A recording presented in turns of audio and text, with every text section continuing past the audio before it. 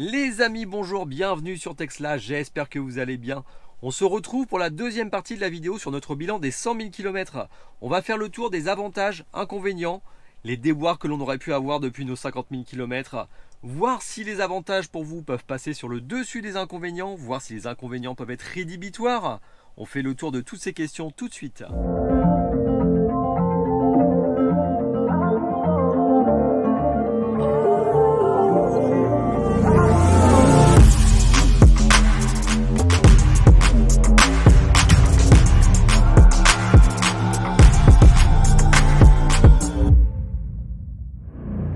Quel autre problème avons-nous pu rencontrer depuis notre dernier bilan des 50 000 km?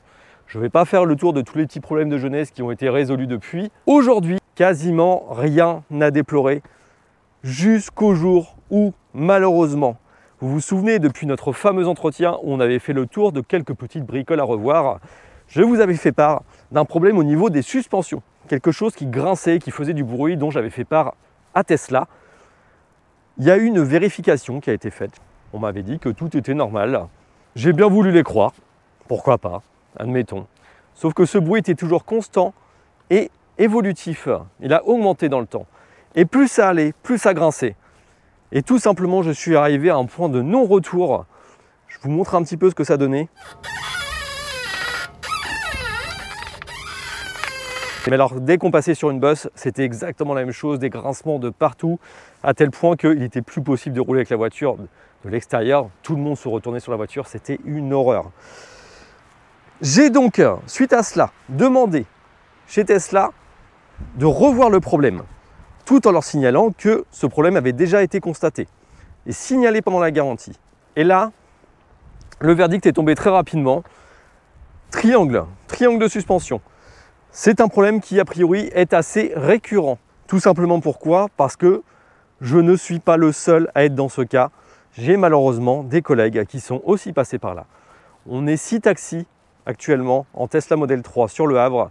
Sur les 6, les 3 plus kilométrés, nous avons tous les 3 eu les triangles. Méfiance, vraiment méfiance, méfiez-vous si vous avez du bruit au niveau des suspensions, si vous avez un grincement quand vous tournez au niveau de la direction. Les triangles, c'est quelque chose qui tombe assez facilement sur la Tesla Model 3, tout du moins les premiers modèles. A priori, ça a été amélioré depuis. A priori, on serait sur des triangles qui sont maintenant renforcés quand il y a un échange. Mais le fait est que pour ma part, lorsque j'ai demandé le remplacement de ces triangles, à la fin de la journée, très mauvaise surprise, on m'annonce que je n'ai pas de prise en charge. Les gars font leur maximum, mais il m'a été clairement dit en fin de journée que malgré les multiples demandes, aucune prise en charge ni réduction ne serait envisagée. Il y a déjà eu un souci de facturation lors de l'entretien des 80 000 km. 2 choses ont été facturées et n'auraient pas eu lieu d'être. J'estime que j'aurais pu au moins récupérer ça. Mais là, c'est encore pire, on n'a pas de prise en charge. Aujourd'hui, j'en suis à ce point. J'ai demandé d'avoir un entretien téléphonique ou visuel avec un responsable de chez Tesla pour discuter du refus de cette prise en charge. Je n'ai pas été contacté. J'ai écrit à nouveau à Tesla pour de nouveau demander un entretien. Je tiens à m'entretenir avec un responsable qui m'explique pourquoi ce refus et pourquoi ce tel irrespect du client. Pour moi, on en est là. Je suis désolé, comme je l'ai déjà dit sur cette chaîne, je ne veux pas être dans la plainte. Je vous expose simplement les faits tels qu'ils sont aujourd'hui. Hormis cela, c'était presque parfait. Je n'ai rien d'autre à signaler sur la voiture. Tout se passe très bien. Pas de panne, pas d'inquiétude quelle qu'il soit, pas d'usure vraiment particulière. On a une voiture qui, dans l'ensemble, se porte très très bien et qui présente encore toujours très bien après 100 000 km. Malgré ce malheureux épisode, beaucoup de points positifs à signaler sur la voiture. Quelques points négatifs aussi. On va d'abord commencer par ces points et garder le meilleur pour la fin. Au niveau des inconvénients, je dirais simplement malheureusement un service clientèle assez rigide. Encore une fois, pas par le service center en lui-même, mais vraiment par la politique Tesla qui fait que tout est très rigide. On pourrait souligner aussi le manque de service center. On n'a que quelques service centers en France, c'est vraiment très léger. Dès qu'on a le moindre pépin, il faut faire de la route. Si vraiment on a quelque chose de particulier à faire, comme changer le pare-brise, malheureusement, ça nécessite de faire de la route. Autre problème lié à ça, l'obligation de passer par le service center, les pièces étant disponibles uniquement chez Tesla.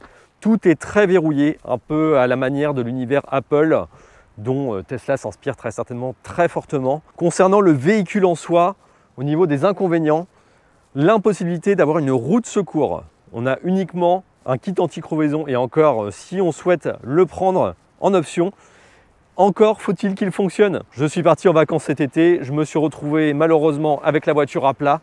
Je vous laisse constater ce qui m'est arrivé. Petite vidéo improvisée, je suis à mon premier coup d'essai avec un pneu crevé. Ça, c'était ma plus grande hantise. Première fois que ça m'arrive, bah écoutez, on va voir, on va essayer d'utiliser le kit de réparation de pneus et on va voir si ça fonctionne bien, si ça peut au moins dépanner.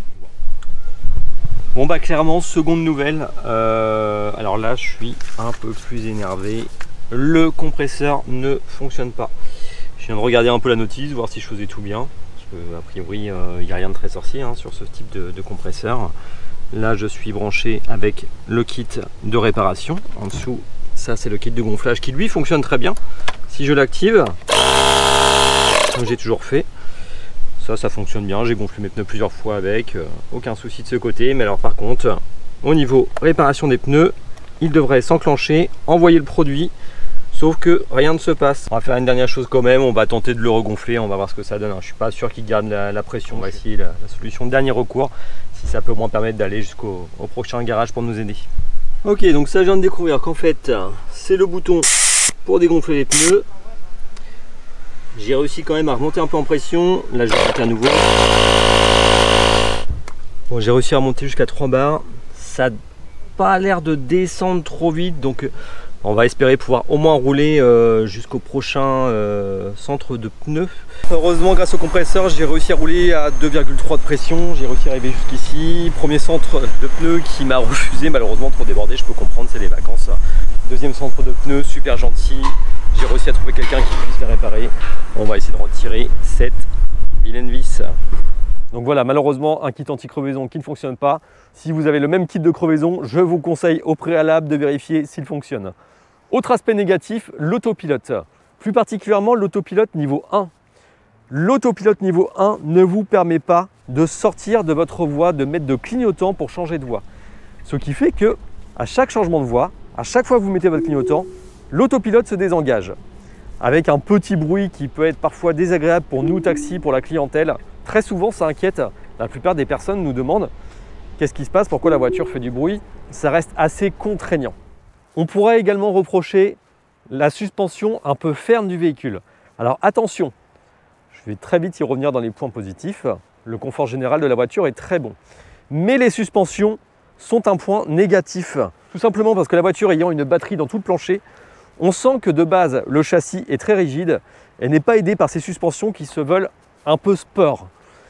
Alors clairement, moi, dans mon utilisation, j'utilise beaucoup les routes nationales, l'autoroute, donc clairement, pas trop de secousses. Dès qu'on se retrouve en ville sur des routes un peu dégradées, on a effectivement une suspension qui est un peu sèche. Un point que l'on peut très vite souligner et rapporter, ça se constate très rapidement, surtout pour nous taxis, l'ouverture-fermeture des portes. Bon, nous, une fois qu'on y est habitué, pas de problème, on appuie ici, on ouvre, mais au niveau des clients, très souvent, les personnes arrivent auprès de la voiture et cherchent comment ouvrir la porte. De même pour l'intérieur, ce système d'ouverture avec le bouton ici, il n'est pas du tout intuitif. Donc les personnes cherchent très souvent. C'est pas un souci en soi parce qu'actuellement, en période de Covid, de toute façon, j'essaie le plus souvent possible d'ouvrir la porte pour les clients, mais encore une fois, c'est pas forcément intuitif. C'est d'autant plus problématique à l'arrière qu'à l'avant, puisqu'à l'avant, lorsque l'on monte dans la voiture, on appuie, vous voyez, la porte se pousse aussitôt. À l'arrière, lorsqu'on appuie, premier réflexe des personnes, voilà, appuyer ici et essayer d'ouvrir la porte. Ça ne fonctionne pas. Il faut appuyer et pousser le coude pour ouvrir la porte.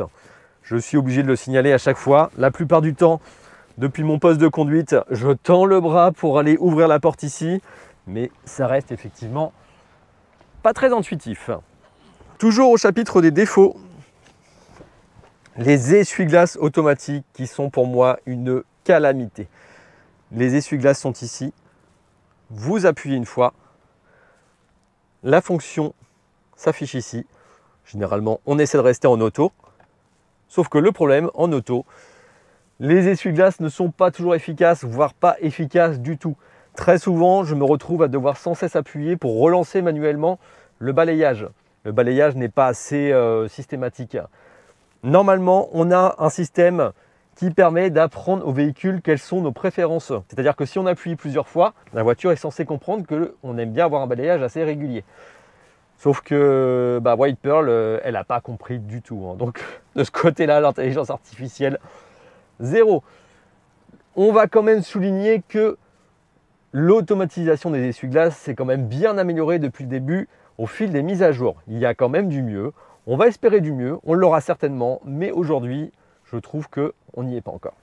On peut constater également lorsque l'on fait beaucoup de villes, surtout, ou si on circule dans des petites rues, un réel problème d'angle de braquage. L'angle de braquage est très mauvais, il m'arrive très souvent de devoir m'y reprendre à plusieurs fois.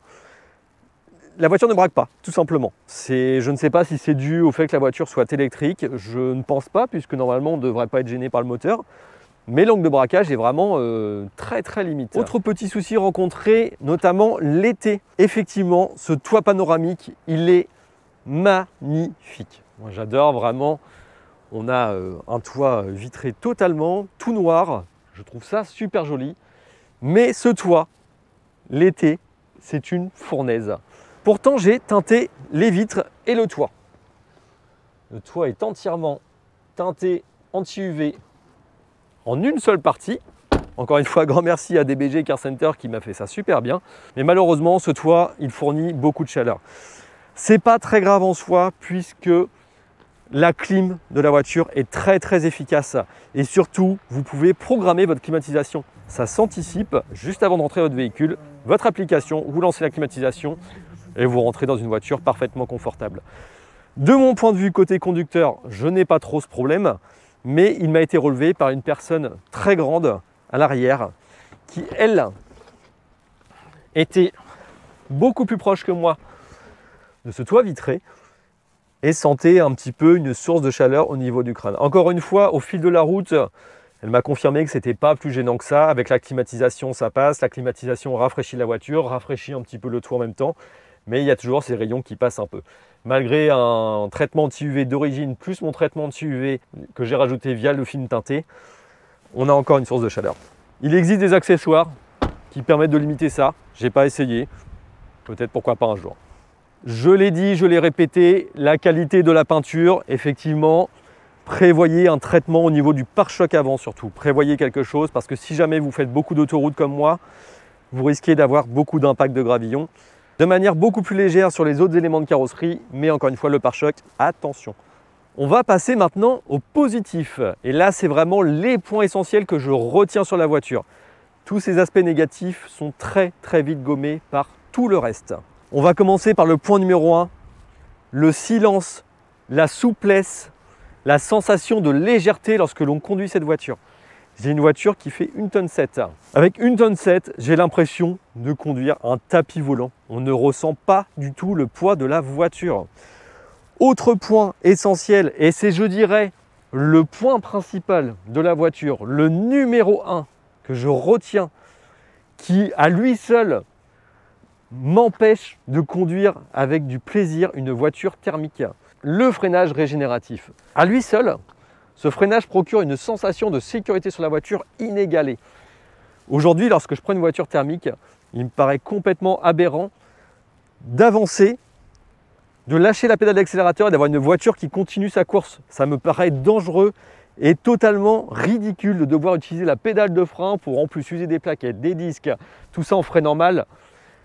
Une voiture électrique, telle que la Tesla Model 3, vous lâchez la pédale de frein, la voiture amorce déjà son freinage, mais d'une manière très efficace au point de pouvoir complètement arrêter la voiture. Non seulement vous commencez à freiner lorsque vous levez la pédale d'accélérateur, mais vous pouvez y ajouter du frein supplémentaire. L'addition des deux, le freinage régénératif et les freins à disque lorsque vous appuyez sur la pédale de frein, font que vous avez des freins d'une efficacité totale. Autre point positif, le confort des sièges. On est sur, je trouve, un confort que je n'avais pas rencontré depuis très longtemps. On a un moelleux au niveau des sièges et un maintien qui font que je n'ai absolument aucun mal de dos. C'est très important pour nous taxis dans la profession avec les heures de conduite. Vraiment, c'est un grand plaisir. Un point positif que j'aurais tendance à relever qui pourrait paraître être négatif pour d'autres, la recharge. Personnellement, ça me paraît beaucoup plus ludique et satisfaisant d'avoir à recharger son véhicule que d'aller à la pompe à essence tout simplement. Pourquoi? Parce que c'est propre, c'est écologique et économique. Pour moi, je vais peut-être un peu choquer en disant ça, c'est presque un plaisir d'aller à la chasse aux recharges en ville. C'est-à-dire que lorsque j'avance dans ma journée, je dois faire parfois quelques recharges entre deux. J'utilise simplement l'application ChargeMap, aujourd'hui parce que j'en ai plus besoin, je connais les points de recharge par cœur. Mais cette recherche des bornes électriques qui sont parfois gratuites, eh bien c'est pour moi un bonheur. C'est une sorte de chasse et de satisfaction à chaque fois de pouvoir recharger. C'est bête à dire, mais c'est une réalité. Autre chose que j'aime beaucoup sur la voiture, on va pouvoir le tester puisque il commence à faire un peu nuit. Les phares, on est sur de la technologie LED. On peut vraiment souligner leur très grande efficacité. Seul inconvénient, je ne devais pas en citer, mais je vais le citer quand même parce que je ne l'ai pas relevé tout à l'heure, l'allumage auto des pleins phares. Malheureusement, c'est pas encore ça, c'est encore un peu limite, j'ai parfois quelques appels de phare. Autre chose que j'aime beaucoup, l'efficacité du système audio. Alors, quand je parle d'efficacité, je parle surtout de qualité son. On a 14 haut-parleurs dans la voiture qui sont d'une efficacité, pour moi, je trouve, redoutable. La qualité de son et la puissance, on a tout. Très souvent dans des véhicules, j'ai eu soit la qualité, soit la puissance. Là, je trouve qu'on a vraiment l'ensemble, on a les deux. Alors ma voiture est équipée du système audio premium. C'est une longue range. On a donc les 14 haut-parleurs et le caisson de basse.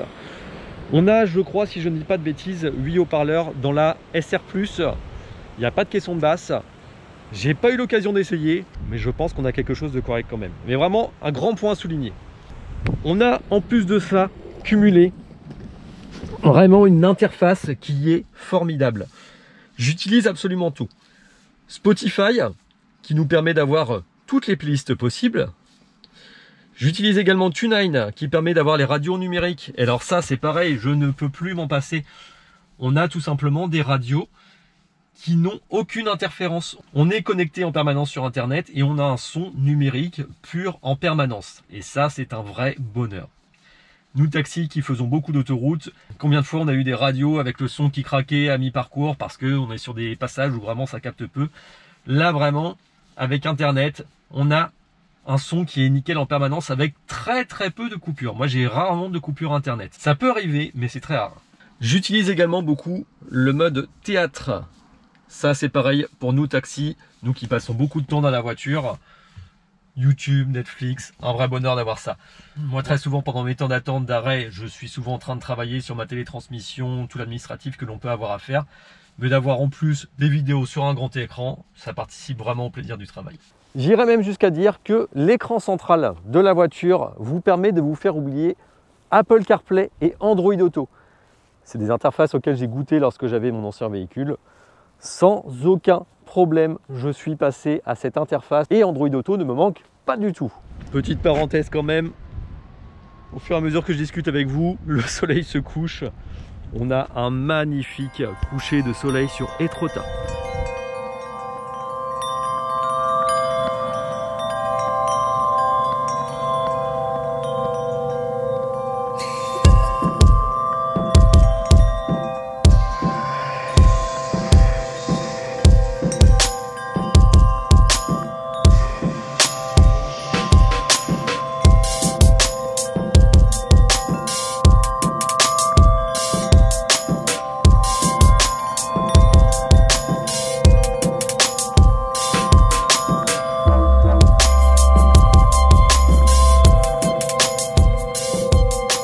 On va cette fois-ci mettre l'autopilote dans les points positifs.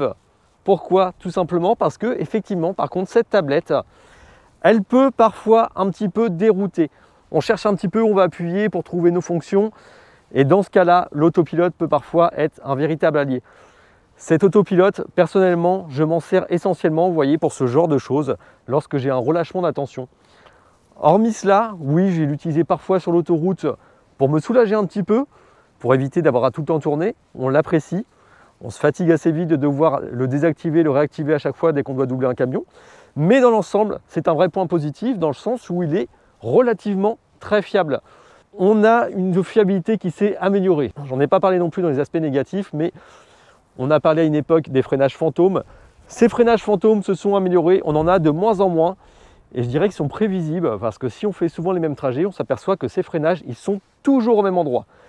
Personnellement, j'ai remarqué que c'était très souvent, dès qu'on approchait d'un pont, dès qu'on passe sous un pont, il peut y avoir des endroits où ça freine un petit peu. Et sur les sorties de route, quand on a une sortie, parfois la voiture peut avoir envie de sortir un peu, ça peut être très surprenant parfois. Est-ce qu'il est encore utile de parler des mises à jour de la voiture? On a des mises à jour permanentes sur la voiture qui ajoutent des options, des fonctionnalités supplémentaires, comme le mode Sentinelle qui permet de surveiller le véhicule avec les caméras et d'enregistrer tout ce qui se passe dès qu'une personne s'approche ou dès qu'un élément intervient. Une voiture qui se gare trop près, qui va vous rentrer dedans. C'est filmé, c'est dans la boîte. Ça, c'est plein de petites options qui ont été rajoutées comme YouTube, Netflix. On a également Spotify qui s'améliore au fur et à mesure. On a l'autopilote, bien sûr, qui s'améliore au fur et à mesure. Tout un tas de fonctionnalités qui s'améliorent. Les mises à jour, un véritable plus chez Tesla. À côté de cela, on a aussi l'application Tesla qui est un véritable plus. L'application est fluide, réduite à son essentiel et permet vraiment en un coup d'œil de maîtriser totalement sa voiture. Moi, je m'en sers notamment pour réguler la température, que ce soit l'hiver, pour chauffer la voiture avant de monter à l'intérieur, ce qui permet en même temps de dégivrer la voiture. Ça, c'est quand même un confort exceptionnel. L'été, lorsqu'il fait trop chaud dans la voiture, de la même manière, vous activez la climatisation en avance, vous rentrez dans une voiture déjà à température, c'est un confort dont on ne peut plus se passer par la suite. Ça, vraiment, j'aurais vraiment du mal si j'avais pas ça sur ma prochaine voiture. On peut aussi, depuis, encore une fois, une des dernières mises à jour, vérifier si vos fenêtres sont fermées. Si jamais vos fenêtres ne sont pas fermées, vous recevez une notification et vous pouvez fermer vos fenêtres à distance. Un vrai confort. De la même manière pour l'ouverture, fermeture de la voiture, tout ça, ça se voit à distance. Si vous avez un capot ouvert, un coffre ouvert, une porte ouverte, vous pouvez tout voir sur l'application. Un véritable plus, cette appli. On a également le service mobile qui est un véritable plus chez Tesla. Les petits bobos, les petits tracas qui peuvent être pris en garantie autour de l'équipement, des éléments de carrosserie, un petit bruit, un petit grésillement dans la voiture qui vous chagrine. Il y a des choses qui peuvent être prises en charge par le service mobile qui fait vraiment tout son possible pour vous rendre une voiture impeccable. Et pour finir dans les aspects positifs, le point essentiel, les superchargeurs. C'est vraiment l'atout non négligeable, incontestable de Tesla. C'est pour ça que je l'ai choisi. On peut parcourir, traverser la France, l'Europe sans jamais être bloqué, avec toujours des possibilités de recharge. Un réseau qui fonctionne à merveille. Je n'ai jamais constaté de panne réelle sur le réseau de superchargeurs Tesla. Ça a toujours super bien fonctionné. J'ai une confiance absolue au réseau. Je ne jure que par le réseau pour voyager, traverser le pays. Je ne fonctionne qu'avec ça. Il existe d'autres manières de recharger. On a Ionity par exemple, mais vraiment les superchargeurs, c'est quelque chose qui fonctionne. Vous avez également la possibilité de programmer vos voyages sur le GPS. Ça, c'est pareil, c'est un atout incontestable. Vous voyagez dans la plus grande sérénité. Vous savez où vous allez vous arrêter, combien de temps vous allez vous arrêter et avec quel pourcentage exact vous arriverez à votre destination avec le kilométrage total, le temps total du parcours. Vraiment, c'est un gros plus. Les superchargeurs Tesla, on ne le dira jamais assez, c'est la force majeure de la Model 3, de la Model S, du Model X, de la Model Y à venir. C'est peut-être ce qui me fera de nouveau passer chez Tesla par la suite. On verra ça. Voilà pour cette seconde partie. J'espère que la vidéo vous a plu. Si c'est le cas, n'hésitez pas à laisser un petit pouce bleu, à vous abonner si ce n'est pas déjà fait. On revient très rapidement sur une troisième partie vidéo foire aux questions. On va faire le tour d'un maximum de questions que vous avez pu poser jusqu'ici. N'hésitez pas à continuer à poster vos questions dans la zone commentaire. J'essaierai d'en faire le tour, d'en prendre un maximum. Je pourrais peut-être pas forcément répondre à tout, mais je ferai un maximum d'efforts pour répondre aux questions les plus fréquentes, les plus pertinentes. On fait le tour de tout ça ensemble. En attendant, je vous laisse ici. On se retrouve à très bientôt pour la suite de la vidéo. Ciao ciao les amis.